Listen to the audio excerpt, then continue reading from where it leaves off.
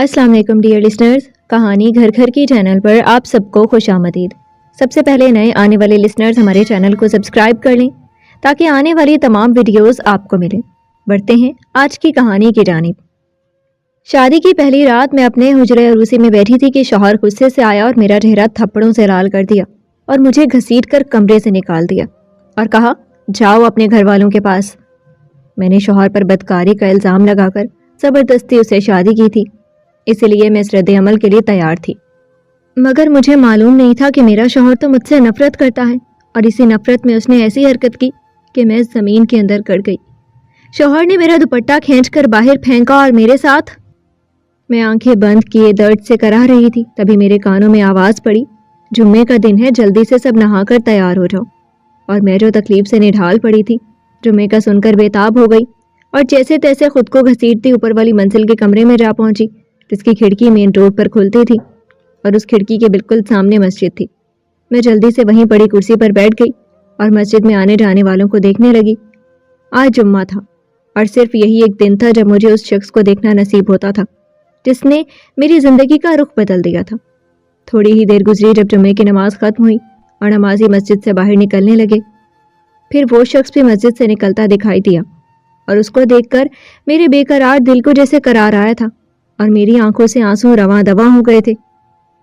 میں اس منحوس گھڑی کو کوسنے لگی جب میرا سامنا میرے اپنی جیسی ایک گھٹیا اور بے حس عورت سے ہوا تھا۔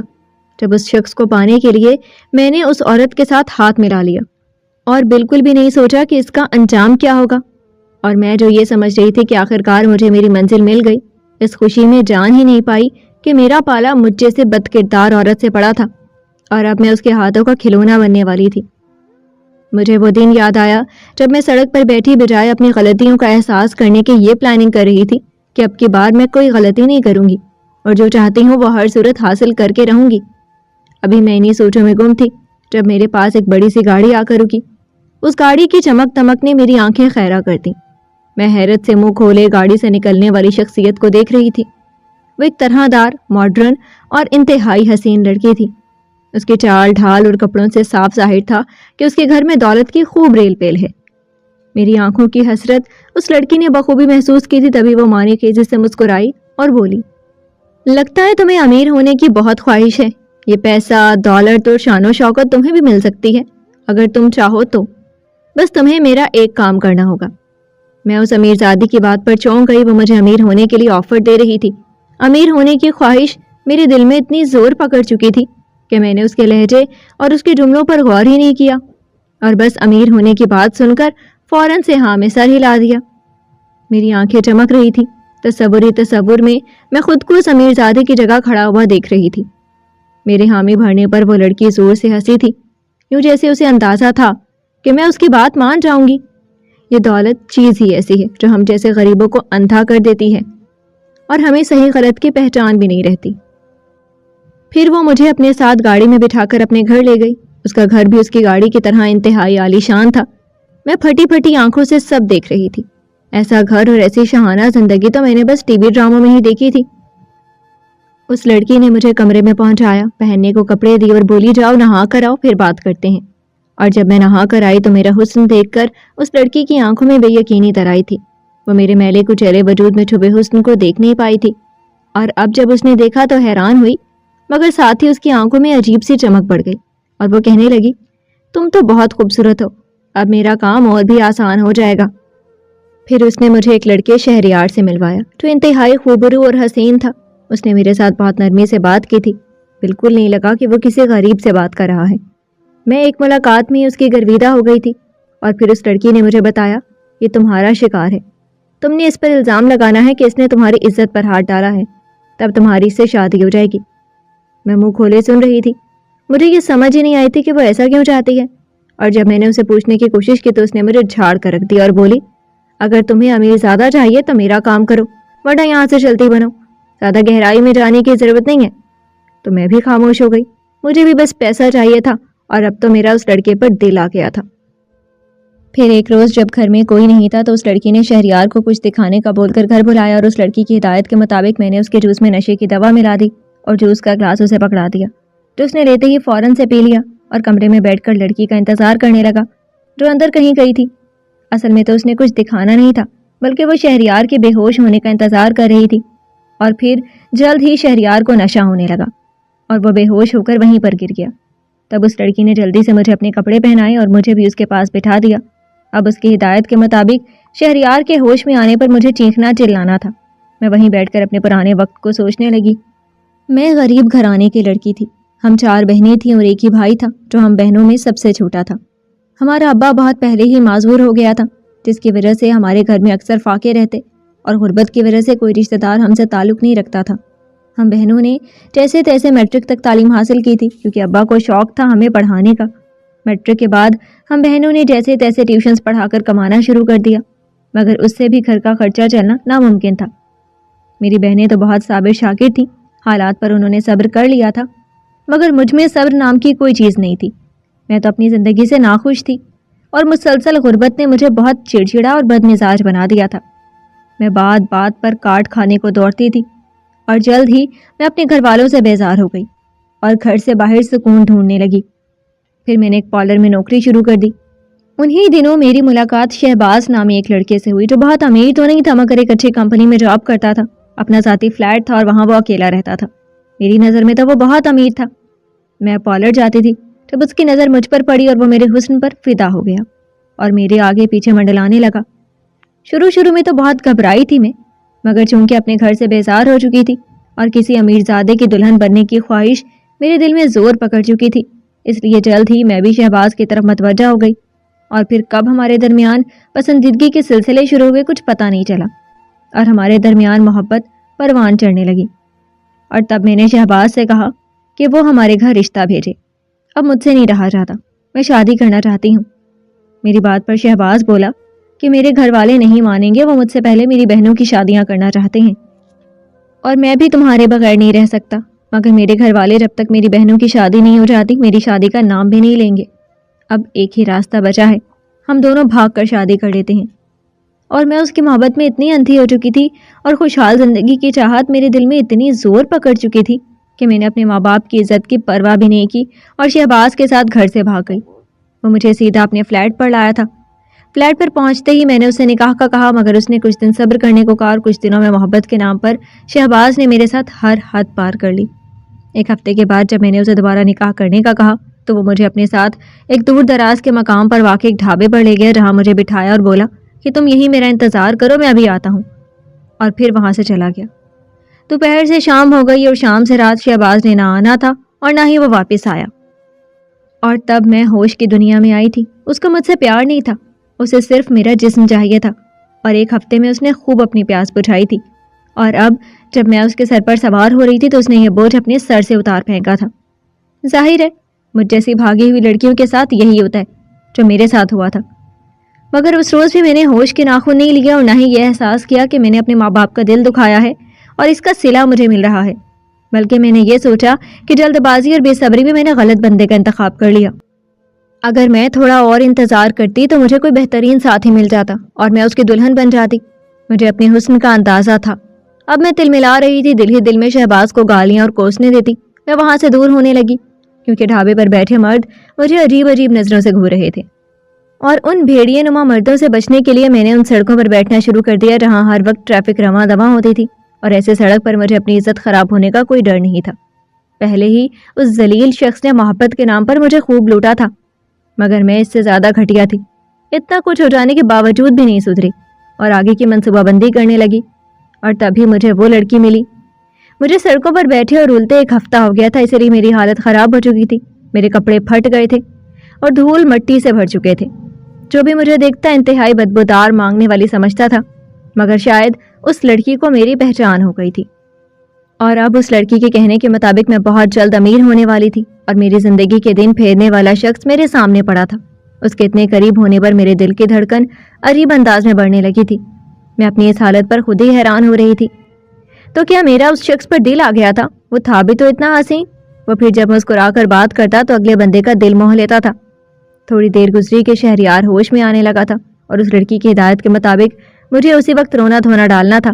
میں نے جلدی سے اپنے کپڑے پھاڑ لیے اور بے ترتیب سی ہو کر چادر کو اپنے گرد لپیٹا اور ہچکیوں سے رونے لگی، اور جب شہریار ہوش میں آیا تو جلدی سے اٹھ بیٹھا تھا وہ حیران ہو رہا تھا کہ آخر وہ بے ہوش کیسے ہوا، اور تبھی اس کی نظر مجھ پر پڑی اور اس کے چہرے کا رنگ اڑ گیا۔